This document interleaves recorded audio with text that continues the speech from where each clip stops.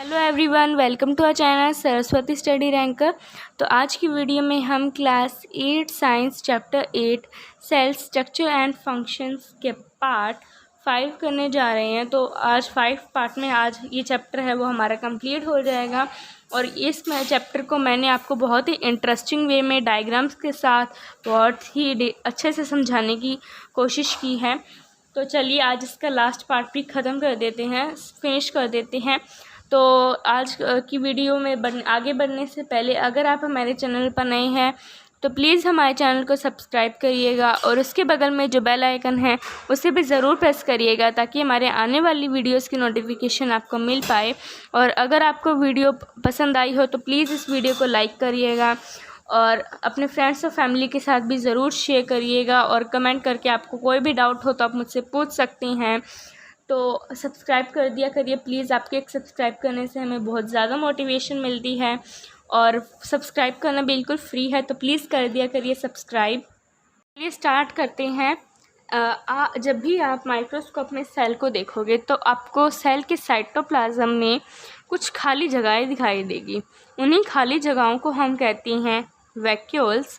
तो साइटोप्लाज्म आपने पढ़ा ही था कि एक सेमी फ्लूइड स्ट्रक्चर होता है जो कि न्यूक्लियर मेम्ब्रेन और न्यूक्लियस के बीच में, प्लाज्मा मेम्ब्रेन और न्यूक्लियस के बीच में होता है। तो इन्हीं साइटोप्लाज्म के बीच में बहुत सारे सेल्स के ऑर्गेनल्स भी होते हैं।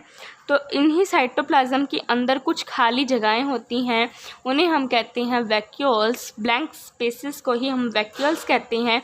ये वैक्यूल्स सैक लाइक स्ट्रक्चर होते हैं और ये सेल्स का स्टोरेज हाउस होते हैं, यानी कि इसी में सेल है वो अपना एक्सक्रीशन वगैरह सब स्टोर करता है। तो वैक्यूल्स यही है, blank spaces in the cytoplasm are vacuoles.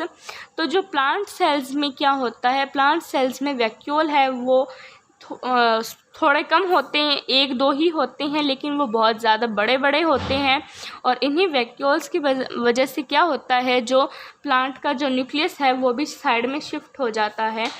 तो जो एनिमल सेल्स में जो न्यूक्लियस है वो बीच में होता है, लेकिन जो प्लांट सेल्स में जो न्यूक्लियस होता है वो साइड में शिफ्ट हो जाता है because of a very very big vacuole.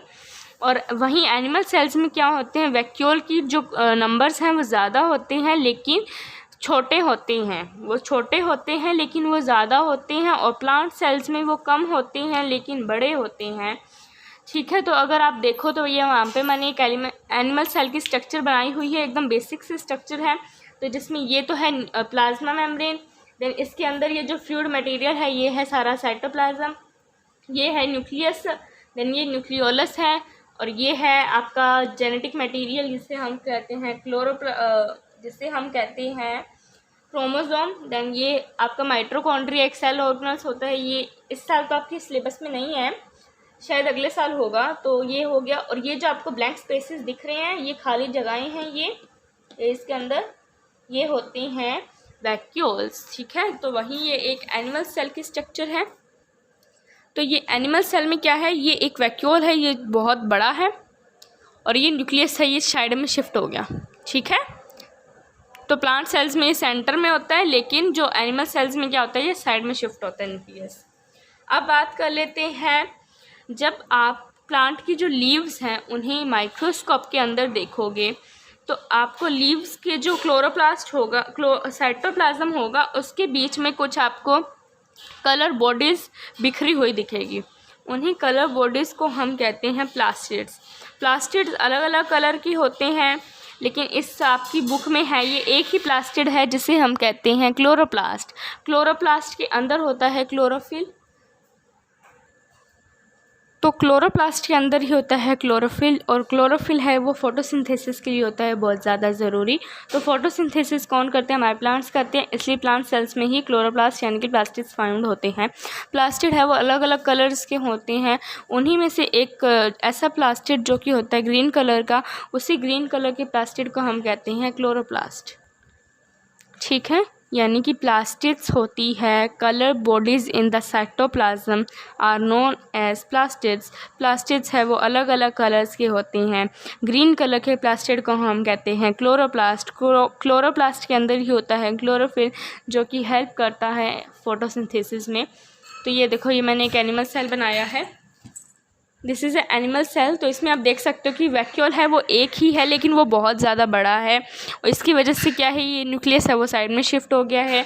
इसमें आप देखोगे कि तो दो मेम्ब्रेन्स हैं, एक है सेल वॉल और इनर मेम्ब्रेन को हम कहते हैं सेल मेम्ब्रेन। देन ये वैक्यूल आ गया, ये ग्रीन कलर के होते हैं, लेकिन मेरे पास मतलब ब्लैक से ही बनाया मैंने मार्कर की वजह से।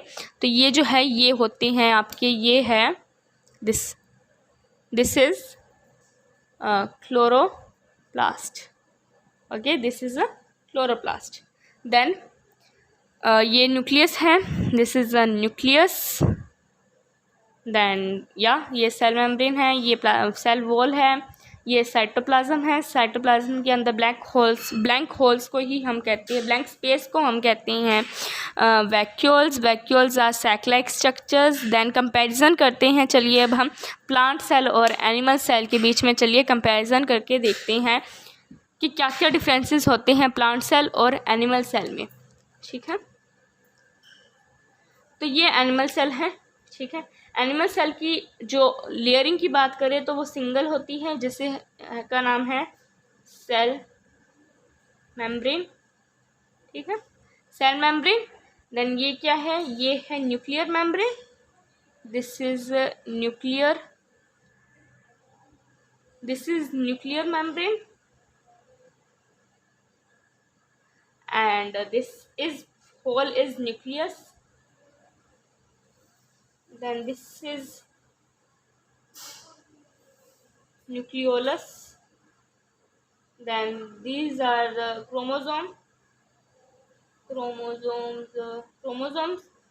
ठीक है, फिर ये माइटोकॉन्ड्रिया है, ये आपके इस बार सिलेबस में तो है नहीं। देन ये है वैक्यूल्स।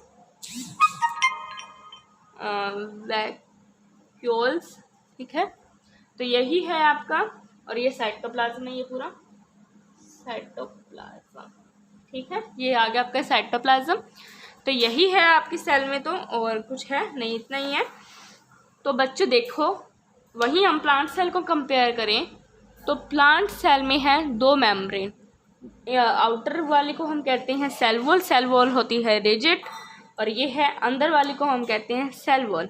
ठीक, सेल वॉल नहीं सॉरी, प्लाज्मा मेम्ब्रेन या फिर सेल मेम्ब्रेन। सेल मेम्ब्रेन दोनों में ही होती है, जबकि सेल वॉल है वो सिर्फ प्लांट सेल्स में होती है। न्यूक्लियस दोनों में ही होता है, लेकिन जो एनिमल सेल्स में बीच में होता है और प्लांट सेल्स में साइड में होता है। देन वैक्यूल की बात करें तो वैक्यूल भी दोनों में ही होते हैं। वैसे एनिमल सेल्स में हो सकता है कि कभी कभी एब्सेंट भी हो, ज़रूरी नहीं है कि हमेशा प्रेजेंट ही हो, लेकिन एनिमल सेल्स में हमेशा प्रेजेंट होते हैं।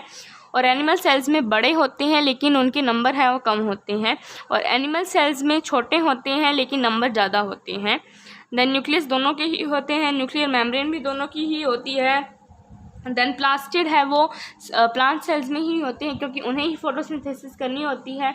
अगर आप देखोगे तो प्लांट्स है वो अलग अलग कलर के होते हैं, कोई ग्रीन होता है, कोई रेड होता है, किसी के फ्रूट ऑरेंज होते हैं, किसी के ऑरेंज होते हैं, ग्रीन होता है, अलग अलग होते हैं, रेड ऑरेंज बहुत सारे कलर्स के होते हैं फ्रूट्स वगैरह।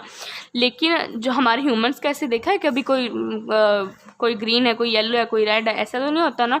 यानी कि जो एनिमल सेल्स में प्लास्टिड्स नहीं होती हैं, ओनली प्लांट सेल्स में ही प्लास्टिड्स फाउंड होती हैं। और अगर हम बात करें वैक्यूल की बात हो गई, साइटोप्लाज्म में भी साइटोप्लाज्म दोनों में ही होता है। यही सब था, कंपैरिजन हमने करके देख लिया, और इसी के साथ आपका ये चैप्टर है जो चैप्टर 8 है क्लास 8 का, ये कंप्लीट होता है। तो अगर आपको कोई भी डाउट हो तो आप मुझसे पूछ सकते हो, मैं इसके जो कीवर्ड्स और क्वेश्चन आंसर्स लेकर नेक्स्ट वीडियो में आऊँगी। तो अगर आपको कोई भी डाउट हो तो आप मुझसे कमेंट सेक्शंस में पूछ सकते हैं। तो यही है आज की वीडियो के लिए, बस इस चैप्टर का यही हम एंड करते हैं। अगर आपको ये मेरा पढ़ाने का तरीका पसंद आया हो तो आप मुझे बताना कि आपको मेरा पढ़ाया हुआ समझ आया या नहीं। और बस आप प्लीज़ सब्सक्राइब कर दिया करिए हमारे चैनल को, इससे हमें बहुत ज़्यादा मोटिवेशन मिलता है। तो आज के लिए बस इतना ही। मैं मिलती हूँ आपसे नेक्स्ट वीडियो में, तब तक के लिए bye guys, thanks for watching.